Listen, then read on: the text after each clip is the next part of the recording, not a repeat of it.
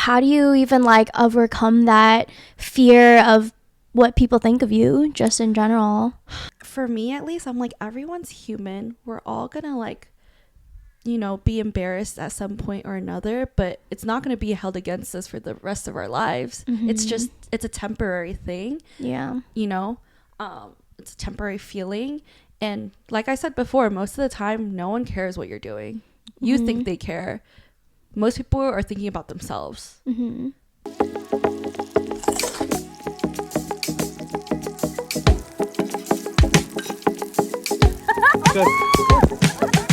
Hi everyone, welcome back to the pod. I'm Tiff at Take One for the Road. And I'm Nina at Psycho Food. And this is Just One Bite. So today we're going to be talking about something that actually someone commented. Someone reached out, one of our followers. Shout out to Emily. She reached out and she's been like watching our pod, and I think she wanted advice on how to film in public or just overcoming the fear of filming in public and maybe what people might think of them. People might think of you, my bad. Yeah, and I think we wanted to make it kind of a general conversation for everyone where we want to talk about how I guess we present ourselves online and how do we get over that, I guess, uncomfortableness about what people say in general, like whether it's online or just like in person. But I think now people always talk online because it's kind of a safe distance almost, where people feel like they're free to like say what they want to say and hide behind the screen. Yeah, then rather say it in person, which it's sometimes it's hard to be like honest, but yeah, it's just kind of a good conversation topic that I think, well, both of us were like in the social media scene and we've been around for a long time, so we've been able to build that thick skin. But it's always kind of course hurtful when you see like comments online where it's just maybe something about your character or about the way that you look. So yeah, I feel like we've navigated through all of this, so we can share our experiences. And I think it's also applicable for people who maybe aren't content creators like us. Maybe you're not filming in public, but maybe you have a fear of doing public presentations for work or for school project. I think every tip that we give today it translates, so hopefully you learn something from this, and hopefully some of you guys can relate to some of our experiences as well. So I guess we'll just jump right into it. So I know the first part of Emily's question was like, how do you like film in public? And whether you're like a blogger or not, I feel like it's always kind of a fear where you have to stop, and maybe you're on vacation, for an example, and then you're like, oh, okay, who do I ask like to take my photo? Or you don't want to disrupt someone's day by like asking for a picture, but then in actuality it's only like how many like seconds or a couple minutes of someone's time, and I'm sure people are usually like nice about it. Of course there's sometimes people who are like judging, but I think filming in public is always like so awkward. But I think the main motive for that is that if you're like, why do you want to take a photo, or like why do you want to take a video? Is for starters, like it's probably because you want to document that experience that you're there. And you shouldn't let the fear of what you think people are thinking of hold you back from doing something that you want to, let's say, like capture a memory that you could like possibly look back on one day. And it's like you have your phones, like you have your cameras, so it's like it's there for a purpose, and you shouldn't be ashamed of not like documenting it. Because what is it like, sometimes when you're taking a picture, like maybe you won't be back there like anytime soon. So it's, I think too, looking back at those pictures and videos, you're reminiscing about those times, and it's fun, like where you're able to document like a really funny moment with your friends, or maybe something really like important happening like in your family, like a graduation or something. Like you don't want to miss out on taking that like picture or video. Yeah, I agree. I feel like for me, it's about two main points: reframing your fear, and then embracing the cringe. So reframing your fear is, I think we're all always going to overthink and be in our heads, and I think we think that people care, but I think people care less than they don't. Like, I feel like most of the time people aren't paying attention, or they don't care. You know, I feel like now I go to restaurants, I eat by myself, I'll film by myself, people will stare and they'll be like, what are you doing, da, da, da, da.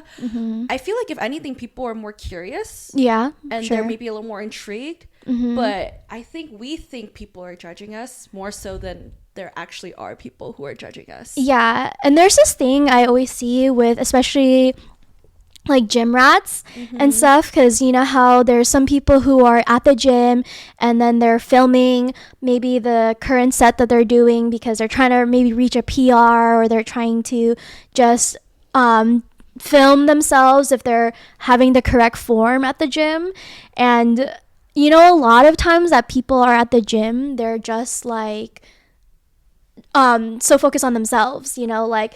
Yeah, I actually have to like remind myself that I'm actually more afraid to work out at the gym than I am to film myself eating in public. I don't know why that is, but maybe I feel like people are judging me because I'm no athlete. I'm not like the fittest person, and I feel like maybe if I do my exercises wrong, or I look silly when I work out, people are judging me. Yeah. So I think, I mean, that's a very common and just like a normal fear to have, because maybe too, when you're at the gym, you're kind of vulnerable in a sense, because you're breaking a sweat, like you don't look the prettiest, you know, like lifting weights, and everyone's just trying to hold in their breath to like lift something or push something. And so I think our expressions are obviously not like being like a pretty like beauty queen or something in that moment, but you're definitely just fighting those demons. And sometimes when you're fighting demons, like you have a very like aggressive face, but it's not intentional, you're just trying to push yourself. But that is kind of like vulnerable though, because you don't want people to see you like that, because maybe that's not how you generally like are.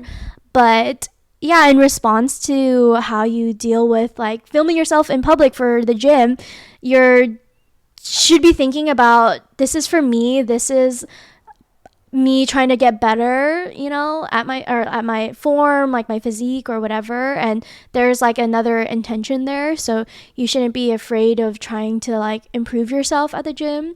And translating to the foodie sense too, like, or just in blogging and stuff, like you're on vacation, you want to document that vacation, and that's for you, like for you to look back at those memories, to make like that like key like milestone or something. And you don't want to forget the experience, because when you get older, you might not have those like, I guess, memories, like you can't go back to those memories, so it's kind of nice to relive it. So yeah, it's for you, maybe even the people that like, if you're in your family too, or your friends, like you use those photos to like remember, like, oh, like remember those days or this vacation, or maybe you need it for a birthday post later. A lot of my friends, so a lot of my close friends, they're not really into social media. They don't really take pictures or videos. And I'm always the one that's like vlogging us when we go on trips together. And I could care less what people think about me when I film in public.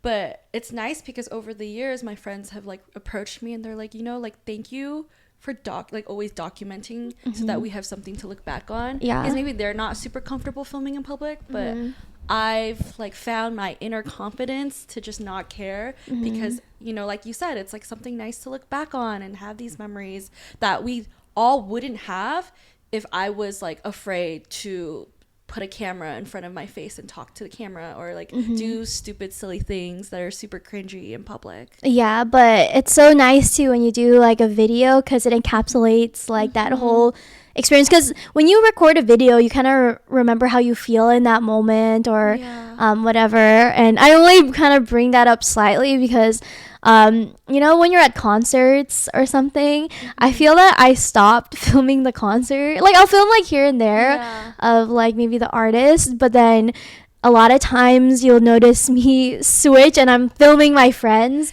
Yeah. And then I think I always got the question, like, why are you, like, not in a bad way, but they're like, why are you, like, why would you film us rather than whoever's because performing on stage? You can find the entire concert on YouTube. Yes, exactly. Yeah. And I'm like, I'm not going to remember the 20 amount of videos I took of like Tate McRae or something, but I'll remember the feeling that I have if I record my friend or something singing along. Like, I think that's kind of a funner thing than just looking at it. But yeah, no, I agree. I think, yeah, I don't know. It's kind of cool. It brings a different type of feeling when you rewatch your videos and your memories. But yeah, I guess what are some tips of like overcoming that like fear of like filming in public, maybe for bloggers in this question? Well, first I was going to say, like, just embrace the cringe. Find your inner confidence, embrace the cringe. Everyone is human. We're like, I'm like, your life is too short to care what other people think about you. Just be silly, be yourself, be cringy. I mean, people who are judging you, I think deep down wish they had your confidence, you know, but maybe you're not super comfortable being cringy or being silly right now. I think maybe plan out when you film.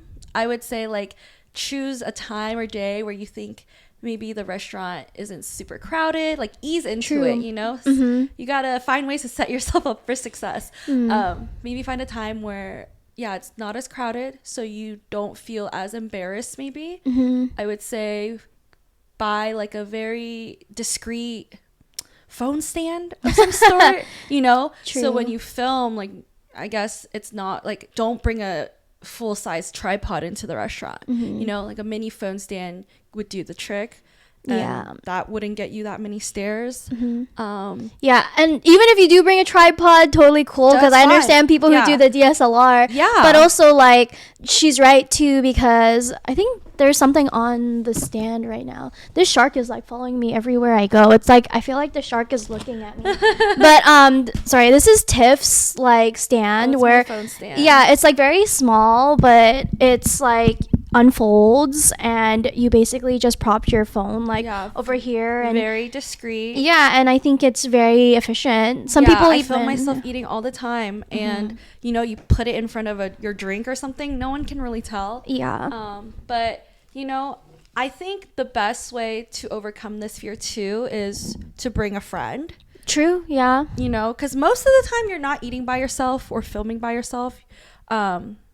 Just bring a friend, because then you feel like you have some sort of moral support, and your friend's gonna be cheering you on, or your friend can help film you. You know, I think those are good ways to start to kind of just build your confidence until you get to the point where you feel comfortable, where, you know, maybe you could go by yourself, or bring an entire tripod and not feel embarrassed. And I think there are some ways to be like, when you're talking to someone, or you bring like a friend, you're just basically like talking to that person.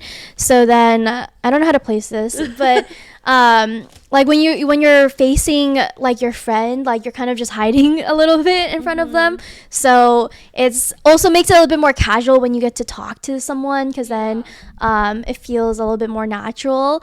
But then also, like, if you're by yourself, like I have seen where people, they put like a water bottle, and I do that personally too, where I'll have my stand and then I'll have my water bottle, like a hydro flask, right behind it, so people don't really maybe notice the phone that's like on the actual stand, and because it's covered if you're walking from the other side. And there are times too where I might face like the wall or something, or like the camera is like right at the wall of whatever I am in the restaurant, and then that's a bit less awkward, I feel, when you're just filming, maybe by yourself. And I think what makes it noticeable, which I think I'm not as ashamed of anymore, is we both have like that Alex Earl light that we prop on top of that, and that one I will say gets a little bit more attention. Because it's bright. It's so bright. Know when you're filming. And it's especially when you're like at maybe a restaurant for dinner time and it's all dark or something. I've definitely had where I was with like another friend, and then they were calling out like another patron was just saying like, that's so bright, like blah blah, and that is a very rare occurrence where maybe another guest is like bothered. But I feel like we're usually really mindful where we make sure the light is shining on us, away from the rest of the crowd. So sometimes when people do complain about the lighting, but they're like all the way at the other side of the restaurant, and it's really not affecting, it shouldn't be affecting their meal, that's when it's like, I get like what you mean by it's like, oh, you don't want to, it's a little awkward.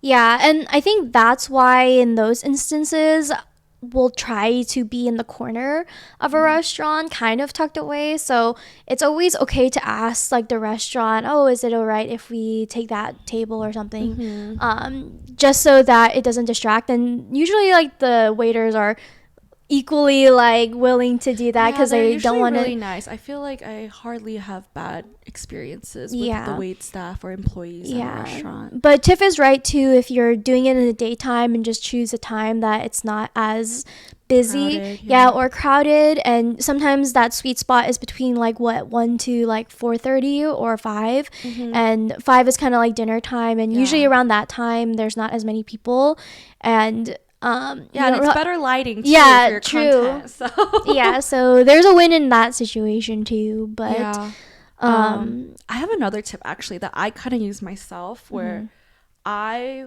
will just film, like I go, like recently I went to the Habit to do a collaboration, right, and I have to like speak to my camera, and I opted to sit outside, so where there was like no crowds or anything, so that I could film my content and not worry about disrupting other people or people judging me, because I would be talking to the camera and refilming it over and over again, being like, have you tried the new avocado wedges? Have you tried the new tempura avocado wedges? You know?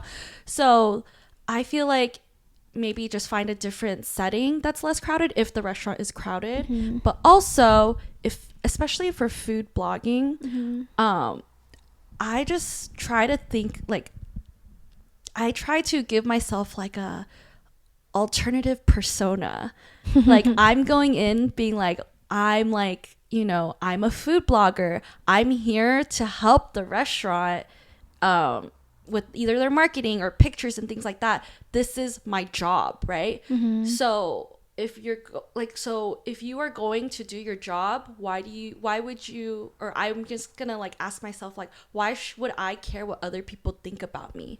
I'm, you know, if this is your job, this is my job, and I'm gonna be taking pictures that's gonna be going on either their website, their Instagram, you know. And so if people are judging me and they see that I'm taking pictures and I'm filming, I'm like rewiring what I think they might be thinking, you know. Because if I saw someone taking pictures of food, I would think, oh, they're the photographer for the restaurant, you know. True. I wouldn't be thinking, oh my god, so cringe, this person is taking pictures of themselves eating, you know. And if they're doing that too, like, that says more about that person. Is that an insult to the restaurant if you're not trying? I'm like, if anything, that person needs to do some inner work, because there's no need for that kind of negativity or thoughts. And maybe this is a good segue too of like, how do you even like overcome that fear of what people think of you, just in general? Well, I feel like for me at least, I'm like, everyone's human. We're all gonna like, you know, be embarrassed at some point or another, but it's not going to be held against us for the rest of our lives. It's a temporary thing. You know, it's a temporary feeling. And like I said before, most of the time, no one cares what you're doing. You think they care. Most people are thinking about themselves. They're not thinking about you. I'm sorry to say that, but but it is a general thought, and it's not to be like arrogant to like think about yourself, but it's kind of just natural. But I think people forget, like, oh yeah, most people are a little like just generally more self-centered, because they're only thinking about themselves, and what makes you the right that they're thinking about you. Not that it's like a bad thing, like maybe you're amazing too, but like what makes you think that they're thinking of you? You know, but because they're just so focused on themselves, and to each their own too, because everyone's so focused on their own like issues and stuff. But when you're like taking and putting stuff like out on social media, like again what we're saying is that it's all for you, you know. And let's say that you're someone who is just like taking a picture of themselves, like you obviously are getting prepped to present yourself out to the world, like you're getting ready to like look great, like you're finding the perfect photo spot, and you want to like feel good, and there's like some satisfaction there too where you're like taking a really nice picture and then posting it on like social media. So that's like all for you too, like you're not doing that for other people. And also I think if anything, we live in the most perfect time for you to be filming in public all the time, because who doesn't have a cell phone these days? Who doesn't have their phone out taking pictures of everything these days? When you go travel, when you go to Japan, when you go to like, oh, where is it? Paris at the Louvre, and everyone has their phone out taking pictures of that little frame of Mona Lisa, you know, and taking selfies with Mona Lisa. Everyone is taking pictures. Yeah, and it's like I said, you're not gonna be there you're again. You're not gonna be the only one. Like it's not Facts. like it's some rare sight where we live in like the 1800s and no one has ever seen a cell phone. Then yeah, they would be staring at you, being like, "What the heck is this girl doing, taking pictures of herself?" Because it's never been seen before. But nowadays, in this modern century, everyone has a phone.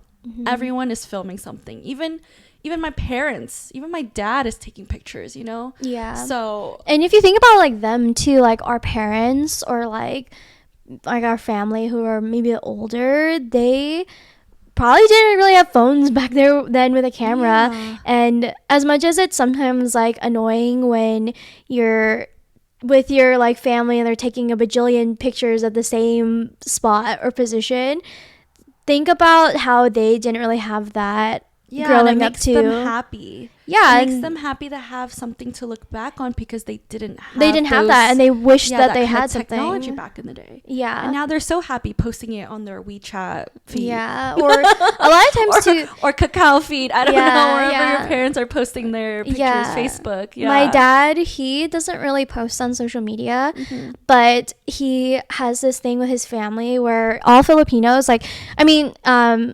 like, everyone else uses like Kakao or whatever, like WeChat, but in the Philippines our like equivalent is Viber, and it's a very like it's a very common messaging tool in the Philippines, and you'll often see people who are like Filipino American or like people who are from the Philippines going to America or wherever. We use Viber because it's free like international like messaging. But basically, like, my dad and his family have this Viber family group chat, and everyone's like, oh, we're gonna post it, but what they actually mean is that they're just sending it on Viber, so they're not posting it on social media, so they just send it to each other. Yeah, but you know, that's like why taking pictures and videos are like so important, because it's just documenting like the memory. And then my dad would send like pictures to his mom and stuff who was living in the Philippines. So yeah, they like having that. And I do know, have you ever noticed your parents, like, if you show them a picture, like, they're staring at it for a really long time, and then when you're with friends, like, you just show like the picture and they're like, oh cool, and then you just take your phone back, and then your parents are like, they're like processing it and for I'm like, why are you loading? Loading. Like, why are you looking at the picture for so long? Like, they're like, wait, and I'm like, but also they have bad eyesight, so they gotta like zoom in. Yeah, that's my point too. Like, pictures like mean a lot to people. So like, literally, why is that they stare at it for so long? But that's some people in the world there too. Like, they value being able to figure out like, oh, this is the memory. Like, they'll look at each person, and maybe for now we look at videos and we'll like take the time to watch a video through. So there's meaning to it, and like, there are the people who will care will like watch through things, and you know, all the more satisfaction to that too. What? And to add to that, another tip for overcoming your fear is surrounding yourself with a supportive community. You know, not everyone's gonna cheer you on, but one way to like find that confidence in yourself and to overcome your fears is to like have like your friends around you who are like cheering you on, supporting you, whether you like, you know, fail at something, they're there to pick you back up. Because I think a lot of times when you're trying to overcome your fear, it's the process of doing, right? Mm-hmm. Doing it over and over, doing something over and over again, leaning into that discomfort and basically trying to perfect it to the point where you feel comfortable and confident, Mm-hmm. and then you don't care what people think. Yeah. And I feel like for me, it's like I surround myself with like people like you like support everything that I do, and so I feel confident doing something that maybe I wasn't confident in a year ago today. Yeah. I feel like it's definitely more than a year for you though, because you've been around for a really long time, and you're not I mean, Tiff is the one who she's not afraid to suggest, let's take a picture right now. I have no shame, and Yeah. maybe it's the way I was brought up too, because my parents enrolled me in a lot of extracurriculars that required me to perform in front of people. Mm-hmm. And but like, you know, obviously you're not born with that. Mm-hmm. And that's why I said it takes practice, right? You have to like really work on something that you're uncomfortable with and sit in that discomfort, but like keep doing it over and over again until one day you're like, oh, I got this. Yeah. You know? And I think too, when you're looking at like looking at these like photos and stuff, it's like you watch yourself over the years and you're like, oh, like look at how I've changed. And it's kind of for me too, not that I'm like the most super stylish person, but I feel like I thought you were, didn't I see you on like New York Fashion Week? I wish, but you know, I think by looking at myself, yes, we kind of have like insecurities, like about, oh, I look kind of weird here. We all have insecurities. Yeah, but then in the flip side too, I think I've presented myself better because I looked and took all these pictures or videos or whatever, and like something so small. When I was younger, I didn't, or I guess I still have this mentality too, but I don't really like appearing young, like super young. Not that I want to be like super old or like super mature, but I didn't want to be seen as young in the sense that I didn't want to be seen as like immature. And one of the things that by looking at pictures and stuff of myself, I have all these wispies, you know, like all the baby hairs. Oh, yeah. And maybe I'm really like annoying about it, but I started like putting like Slicking it gel, back, like slicking, and I would have only noticed that if I wasn't looking at pictures, you know, like, or because I was looking at pictures, like, okay, how do I make myself look more polished? And then one way that I feel like I do that is by slicking my hair, putting gel and lowering like the wispies and stuff. And then even in Japan too, like they have this wax stick that I got. Oh yeah, I use the same one. And then I put it on my hair, and it just makes you look a bit more presentable and a little bit more clean and just polished. And I think, of course, like those first impressions, like if they're seeing it in person, I'm sure they may or may not see it in like a picture. So those are just little ways that I kind of give myself like a pat on the back, because I'm like, okay, these are observations of how do I make myself look like better too. But yeah, that's where like pictures and stuff like, and that's what you're kind of like overcoming. And something that TIFF too that you said that I want to highlight is you should normalize it. Just being like putting yourself out there in the form of pictures or videos. Yeah, don't be afraid to be silly or be yourself, or just do what you want to do. Life is too short to be like holding back. Yeah. So if we're talking about a lot of like the looks and like the way that we appear, but then let's maybe talk about how in action, how do we deal with it? Because there's sometimes people online where they maybe like comment something like really mean, or maybe someone in real life is like, oh yeah, like I saw you do that, like, and they're maybe like prying into. Yeah, I feel like that's still a work in progress for me. Like I admit I do, as like different aspects of my life, I do care what people think about me. And it's not, I don't know if I'm ever going to fully overcome it, because I'm seeing it in different aspects of my life. I think I've been able to develop a thicker skin over time because I'm pretty soft. Like I will cry. I'm pretty emotional.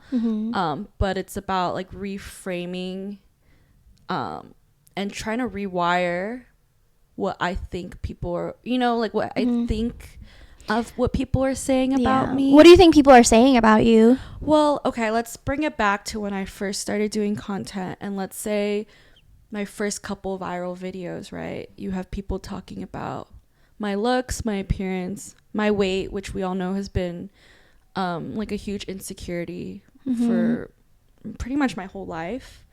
And it was really hurtful just to see a ton of people arguing in the comments, telling me like really rude and hurtful things. And I definitely cried about it, but I think I had to like tell myself that there's always going to be people who hide behind these computer screens to say what they want, but I know deep down it's because they're unhappy with themselves, because hurt people. And when you're genuinely happy, you're not really thinking like negative thoughts of people, and you're definitely not, you know, commenting it on people's posts, and putting it out there in the universe. So I think I actually have to thank social media. I think it's made me a stronger person, and it's helped me overcome my fear of what people think of me, because now I'm like, if I have people who like comment on my weight or like my appearance and stuff, I'm like I'm sorry it offends you so much where you have to leave a comment. I don't know. Like, why can't you just scroll by it? But then now I'm like, well, I'm just gonna ignore it because it's out of my control. You know, I'm doing what I can to keep my weight under control, and I know I'm like healthy right now, and that's all that matters. And you know I'm like not the hottest girl out there and not the cutest girl out there, but you know, like, there's always gonna be someone hotter than me. There's always gonna be someone cuter than me. So I try not to take things too personally. And maybe that comes with age too, where I just don't really care anymore. Like, I'm trying not to care anymore. I don't take things as personally anymore.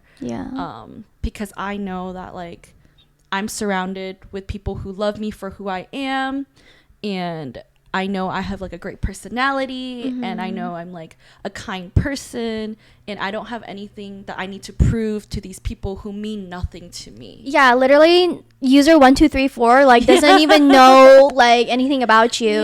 So yeah, it's kind of like obviously like hard to like see those comments, and TIFF gets like pretty like, I mean, we get that you get like pretty like bad comments, like especially like about your weight, and then we both similarly get eye comments. Yours are like too big and then mine are too small. Seriously, yeah, they always comment about how my eyes are like bulging out of my face, or it's so huge, and then like some people are really rude though, like they're really mean. Honestly, I shouldn't be laughing about it, but then sometimes I do laugh at it. I'm like, that is such a ridiculous comment that it's kind of clever almost sometimes with what people say, but then they're like, oh my god, like you're literally like, I mean, sometimes when I get the doll comment, they're like, oh my god, you're like a doll, and I'm like, thank you, you know. But then some people are like really mean, or not, they are mean. They tell me like I look like a pig, I should die, and I'm like, that's like gets a pretty aggressive though, which is a big no. Like, why would you wish upon someone's like life, just, you know? I'm just recommending like a restaurant that I enjoy, and you want me to go die. I'm like, it's never okay to like mess with that. It's not okay, especially because like at least I'm fine, but like let's say someone who is a little bit not as mentally stable or a little more fragile gets that comment, and then sends them in a spiral, and then yeah, like you don't know what what kind of you don't know how words will hurt people, you know. Yeah, I've definitely like had it too, where sometimes like people are like calling out, they're like, you have Graves' disease, and I was like, that's pretty like messed up, and that's also messed up for the people who do have that, you know. Right, like why would you like point that out, you know? And then also like some people like I think we've had this too, where people are like, you're like diabetic, blah blah blah, and you're just eating all this food, and I'm just like, there are real people who have those like issues, and sometimes it's like out of their control, and I'm just like, it's like very offensive. yeah, and I'm like, why would you comment that? And like some people like, they might have like a different type of humor and they think it's like funny, but I think too it's just karma gets back at people who like say in some shape or form. What we have to keep telling ourselves. It's like karma, and also like thank you for the engagement. That's what I had to like rewire my brain. I'm like, I love you, haters. You're boosting my video. Thank you for the engagement. And now that like sometimes when, you know, the last 2 years my Instagram wasn't growing, and I would tell you, right, I would be like, oh, I just wish I had like some haters right now, because it would boost my video and my video would go viral and help with engagement. It's so interesting though that when you go viral, you know you go viral because you get the hate comments. Exactly. Like, that's when you know you made it. Yeah. That's like me rewiring everything in my brain to make it seem like it's okay. Yeah, and then kind of the same conversation where we were having earlier is that you kind of have to normalize yourself to those comments, and not to normalize it about yourself and let it define you, but it's also comments are going to come in. Like there's so many words that you read in like maybe a day or just see online, and it's also, you know, you're going to forget about it after like a few months. And even maybe if you get comments that are like maybe the same thing too, it's not like, you shouldn't try to take it like too personally too, because it's coming from someone who you probably don't know. You don't care about. They don't care about you. Yeah. Well, what about like the people that maybe you do know and then they're commenting that? What would you think? Then they're not a real friend. And I've definitely have experienced it from people who I thought were my friends. Like they comment it or they verbally say it to you? They'll comment something like kind of negative. Nowhere to the extreme of where they're like calling me fat or like something like. Yeah. Actually, they like sent, one person did send me a video that was kind of like implied something not really nice, and also not sure why they sent it to me, because like I didn't really tell them about like certain things of my life for them, like it was not warranted, and they sent it to me and I was kind of offended, and then they tried to gaslight me, and I showed the video to my friends and they're like, even your closest friends wouldn't send you this as a joke, you know? So I've definitely like have received like videos or just like comments, negative comments from people who I thought were my friends, and I've just, you know, had to distance myself a bit, because I know like my real friends who care about me would not do that. They would only like support me, or if they were like, you know, really concerned about something, they would have like an adult mature conversation with me, instead of like commenting really negative nasty things on my posts that are like about food and stuff, you know. So yeah, and I think too with that is when you have friends, you know, who, I mean, everyone obviously, like most people have friends, right? But you should try to visualize where their placement is in your friend circle. I always think of about this one pyramid that I saw where, like dance moms, what, at the bottom of the pyramid. Oh, that's funny. Okay, yes, that is how a pyramid works, you know. But in the same kind of thing, where there was this pyramid that I saw where it's sectioned off with how close people are in your relationship to them. Like at the bottom, it's kind of like acquaintances, close to strangers. The next time is like people that you know that you are acquainted with, you don't have bad beef with, and then the following would be like your friends but you're not that close. Then you have friends who are close, and then friends who are like family. So I think if you think about that in tiers, that's how you should assert your sensitivity and the amount of effort that you give in your friendship.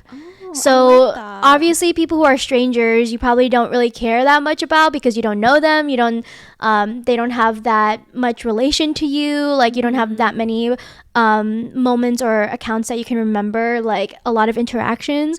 So you shouldn't be giving your like 100% like your mom to those strangers, right? Yeah. But there is kind of a fine line that some people don't know the difference of people who are your acquaintance, your friends, and then your close friends. So people who you're acquainted with, like you probably have seen like here in passing, and sometimes in maybe a relation to us, like those are maybe like people that we see on social media that we know about, but we probably don't like have a lot of conversations. Hang out with them. We don't see them in real life. Yeah, but then they haven't done anything to you. You haven't done anything to them. Yeah. So, but then that doesn't mean that you give them the same amount of energy as your best friend. And then let's take it back to even something more closer. Where is that fine line between your friends and then close friends, right? And maybe that person who commented that or sent you that video is like a friend, but you don't need to give the same amount of like effort or like attention as someone who's your close friend. You're right. And I think that's what I've been trying to work on for the last few years, mainly the last year, because I think I've realized that I give a lot of myself, and I give just as much to my good friends as I do to my friends, and sometimes even acquaintances. And I think I've had to like really take a step back and be like, reevaluate our relationship, because at the end of the day I end up losing because I give out so much and I don't see like anything in return. Yeah. Like, not to say like it needs to be transactional in any way, but it's like friendships, relationships, it requires work from both parties, and you kind of have to like meet each other halfway. Not saying it's always going to be 50-50, but it just felt like I was always giving a lot. And then not seeing the same like return. It gets hurtful. Yeah, because if you imagine like in that pyramid sense, like let's say that you have like 100%, right? And this is not including like, oh yeah, it's a two-way street, what you just said about the 50-50 part, but let's say that in general, like you have this full like bottle that's filled like with 100 amount of points of energy or something, and then you're giving 100 to your close friends, 100 to your friends, or 100 to your acquaintances. Like you don't have that amount of like energy in that bottle, and then you end up like spreading yourself so thin and burning out. And that's a very, I think that was kind of like a lesson that I had when I was in college, because I was such a social butterfly, and then I would be giving my attention to like almost every single thing of like energy that I did not have, that all this energy that I could be having for maybe like myself, or even more for like my closer friends, I just did not have because I was sharing it with everyone. So the lesson now is kind of like, how much energy do I like distribute? Distribute. And maybe like to your friends, it's like maybe like I feel like that your close friends and family could be like 50%, you know, of like the amount of like energy points, basically. And then the other 50% is kind of split between like everybody else. In the layers of the pyramid. And this is also not me really accounting for energy towards yourself, so you probably need to change that ratio or scale of how much energy you're giving to each of those tiers. But that's also another factor that you don't want to like forget about too, because at the end of the day, like the only person who's there for you is yourself. So like you're literally the tip of the pyramid, you know. So that's where you have to gauge on like how meaningful is these people in my life, and the choice of how much you allow them to like affect you like too. So that's how I guess gauging people who might not matter as much and what their words say versus like people who are close to. It's a work in progress though. I mean, but like, okay, maybe how do you like deal with, let's get even more. How do you like you're my therapist? I mean, like, look at us all with this more. Good question. That's what I'm trying to learn too. You know, I'm trying to overcome my fear of asking questions. I think for me, questions are something that I rely on because maybe I don't have something to say. I can rely on a question, and then that's good. Also, I guess that's kind of just a general thing where people feel more like part of the conversation when you ask questions, because if you're talking about yourself a lot, that's another thing. Like you have to worry about dates. I'm like, do they ask me questions or not? I don't know why on the pod I like freeze up. Yeah, no, I think it's because the conversation is moving like kind of fast in a sense, because we're talking about all these things, and we're kind of just also trying to think of all the other questions that we're like aligning. But my question now, at least, is like, how do you deal with like maybe even comments from people who are really close to you? Like, how do you choose to take their like energy? Obviously I always will seriously consider what they say. For the most part though, I feel like my closest friends are always very, very supportive. Your real friends will cheer you on when good things happen to you, when good things happen for you. And I feel like majority of the time, or they're just like very supportive, right? Like even recently when I posted a video about me like starting my fertility journey, everyone's been so supportive. You know, my close friends at least have been very supportive. Were you going into that thinking that people weren't going to support you? Like, I mean, I thought maybe, let's say the video blew up and people would be like, why, if you don't have a partner, like you know how some people are very their views and beliefs are kind of different. I'm not saying, I think all of my friends are very supportive, but I don't know, I can't say for the general public, right? Because you know, people have their different beliefs and values, and maybe they don't believe or would support like me freezing my eggs and starting this journey on my own. I don't know. Okay. Hard to say. Yeah. Anyways, yeah, I think for the most part, if let's say my friends saw something that they were like concerned about, I think they wouldn't blast me on my public page. They would reach out to me privately and talk to me about it. I mean, I don't think that's really ever happened. I think maybe, if anything, it's like if I post something and I like misspelled a sentence or I said something incorrectly, I've had friends reach out, like good friends reach out and be like, Tiff, you like your post, like I like maybe remove this, or like you know, didn't spell this right, and I'm like, oh great, thank you for telling me, you know, instead of like, if people don't like what they see, sometimes they just blast whatever they want to say. So I think I've been really lucky and fortunate though, but I'm assuming maybe it's happened to you since you had that question. Yeah, I mean, I think for me personally, I just have I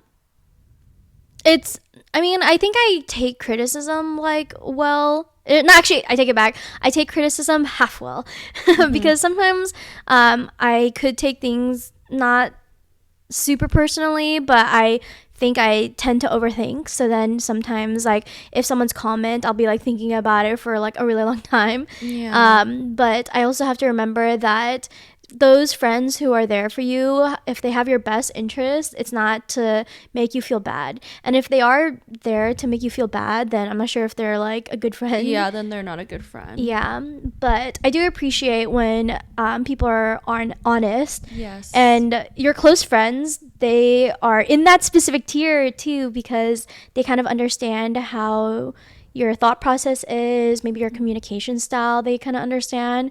So I do value whatever they do say. But in terms of like maybe damage control, or not damage control, but maybe like quality like assurance or something, like on social media, like how do you take like the feedback, I guess? Like, how do you usually like? I feel like I take constructive criticism well, but I think it's because I also like, I've developed that skill from the environments I used to work in. You know, when you work in corporate America, I'm gonna put it that way. Yeah, you learn to take criticism and try not to take things too personally. Mm-hmm. So for the most part, I think I take it well. I think most people, when they do give criticism, though, they kind of learn to do the sandwich method. What is that? So this is what I teach my kids at summer camp. So when you have like a feedback you want to give people, you want to sandwich it. So you first say something that you liked, Mm-hmm. or something nice, and then you provide the constructive criticism, maybe something you didn't like or what they could work on, and then you wrap it up nicely with another nice comment. So then it's sandwiched. So when you provide that type of feedback, people, I think, are more receptive to it, Mm-hmm. because you're not just telling them like what's wrong with them or that you don't like what they did. Or it's like, it prevents it from being a very negative conversation, Mm-hmm. because I think when people feel like you don't like anything they did or said or whatever it is, they're just gonna feel like really discouraged, Mm-hmm. you know. But if you sandwich it in a nice way where they can be more receptive to it, this is only gonna like set them up for success in the future. That's true. And then they're gonna be even more open to some feedback from you, Mm-hmm. that maybe, you know, is maybe, you know, kind of negative, but at least they know like they're not, you know, at least they know that they're on the right track, or that, you know, there's some things that you like about them, or whatever they did, whether it comes to like work, school project, you know, very applicable for everything. That's true. I think when people are giving feedback and then they're saying too many bad stuff, I think there's kind of a threshold where people become less receptive of what you're saying. So if it's just back to back, like Bashing bad on thing, you, yeah. like even if it's not constructive criticism, this is just in general note in conversation. If you're just constantly talking about like bad, people just either get defensive or they probably stop down. listening. Yeah, Shut they down shut is another. down. That's I think is another one. Yeah. Stop listening to, or they shut down and they're listening, but they just shut down and you're not gonna get anything out of them, which is kind of how I am. Yeah. But And then it'll never be a productive conversation. yeah, You know? and the end goal is for both parties to feel like seen and heard, you know, and the person who might be spouting all the like bad stuff, they ultimately just want to like be heard in that conversation. So maybe you're asking them for advice or whatever, but if they see their person, the person that they're talking to, like shut down, of course they don't feel validated to after that conversation. So you have to be more conscious about how your delivery is, your tone in conversation, and not being led too much with emotion, because I think that's where people don't know the difference or the fine line. Yes. And I feel, I understand. Yeah, tone is a very hard thing to master. Yes, for sure. And I feel like most people don't really master that at any point too. It's always going to be a work in progress, right? Even when it comes to like dating, you know, if things don't work out, I've had to learn to like not reply right away and really process things and think about what I maybe want to say, so I don't send something that's emotionally charged. Yeah, that's you know? that's a good general advice too and tip, because you don't want like everything that you say always charged, because you still want to be seen as respectful at the same time. Because if you kind of send something passive aggressively, I feel like the other person who's receiving that is just going to be like, you know, I was right. No wonder I said all that stuff. Serves them right, you know? And then they're just not going to respect you. Yeah, and if you think about that, how does that make you feel? Okay, that wasn't really worth me saying the passive aggressive stuff. Dumb. Yeah. Yeah, you're just kind of like, oh, okay, if they just were like, oh, blowing off your comment, that doesn't really feel as good to you, because I'm sure you are probably saying something that's like charged because you want to say all your points, but then you also want your points to make it and be received. So if they don't feel that because of your tone or your energy, it's like, why put the comment in the way that you did. Yeah. Yeah, but that's just a general comment in general, like. Yeah. No, I get it. I mean, it relates to even when you like receive hate comments. Yeah, that's what I mean. I just don't respond, or I respond with kindness, because then you come out on top, you know? Yeah, like how much are you gaining from that conversation, or I mean in that comment, by replying something like passive? Like, it's probably 5 seconds of feeling good. Yeah. And then you end up looking dumb. Yeah, because that comment is there for life, you know, unless you go back and delete it or something. Yeah. But yeah, so that's where you like assert your energy, like how worth it is to reply back, how worth it is to comment something like passively, how much time is it really going to be of satisfaction? Literally only like 5 seconds. And you're not going to probably remember how good you felt by replying to that comment like months from now. Same thing if you ignore the comment, you're not going to care about it 5-10 months from now, you know. You're going to forget. I forgot a lot. Yeah. Maybe I blacked it out, but I know.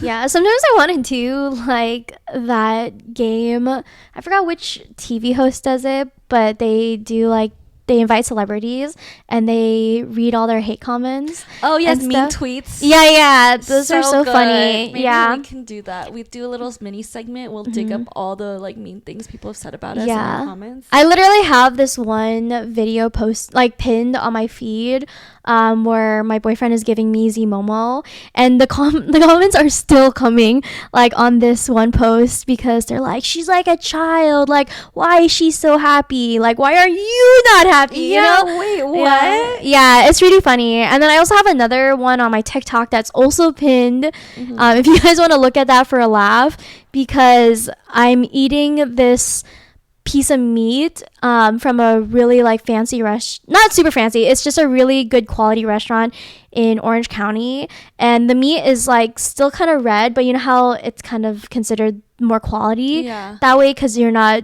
charring the meat. And so I stuck it in my mouth, and then I couldn't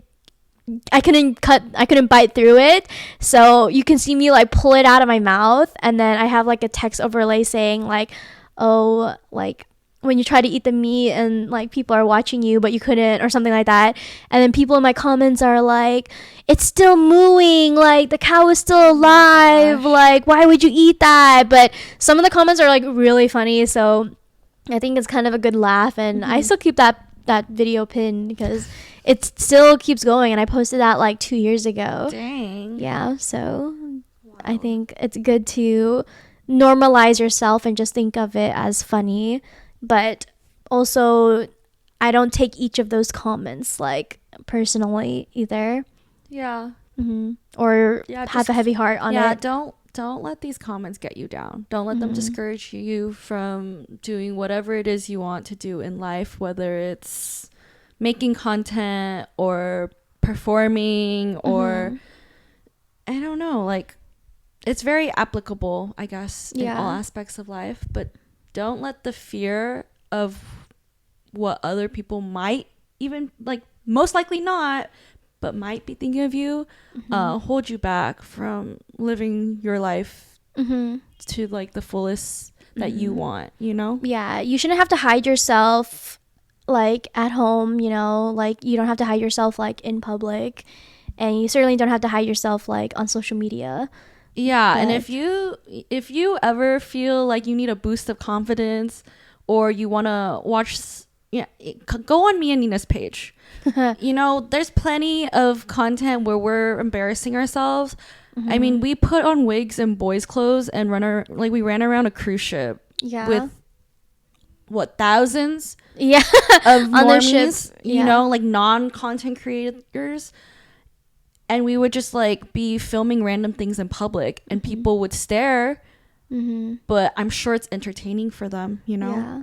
Like, and almost it's kind of like flattery if people are talking about you. Yeah. I mean, like, obviously, like, they wish it were them. Yeah. They wish they had your confidence. Yeah. I think it's just fun because it's like a fun memory that we can always reminisce back. So you shouldn't have to hide yourself away or keep yourself. And honestly, your most embarrassing, cringiest content is probably gonna do the best on social media, at least for me. Yeah. All the stuff I put my blood, sweat, and tears in. Yep. Gets like 1 view, but the content where I do something like a trend that I want to do, or something funny because I think it's funny, and but it's like maybe cringy, those always go viral. So yeah, I think when I document like my friends and stuff, it's more funny to me than like some of like the polished video, because I think it's just relatable when you're just natural, like in yourself, or like in your zone, like in person. So don't fear. But yeah, I mean, hopefully like all these tips that we had said of like filming in public and getting over your fear of what people think of you, and like overcoming like hate comments, like help you. And we appreciate Emily asking this question too, because it's hard, you know, and if you don't have like maybe even the most like supportive people around you, like how can like you help yourself? But we're here, we're rooting for you, we're supporting you. And yeah, if there's any more questions that you guys have, like we're always looking at our comments on our YouTube, or feel free to DM us if there's something like a topic you want us to talk about or give advice about. We would love to help in any sort of way. I think it's obviously like we're not like experts in everything, but I think opening the conversation about things seems, I feel like for me when I talk about it with friends, it's a bit less daunting than if I like talk about it like online too. But yeah, if you guys have any questions about like more on just how we deal with things, let us know. But yeah, I think that's a good ending for like this episode. I really like talking about this too, because I think it's hard to get over your fears. So yeah, but you can find us every Tuesday. We're open, or we have, wait, hold on, what the heck? I like blanked out for a second. What are we, a restaurant? I know. I was just like, our opening hours are from 9 to 6. No, we have podcast episodes every Tuesday, and it's available on YouTube and Spotify. But and you can follow us on Instagram at justonebitepod. Yeah, and we'll see you for the next episode next week. Yeah, bye.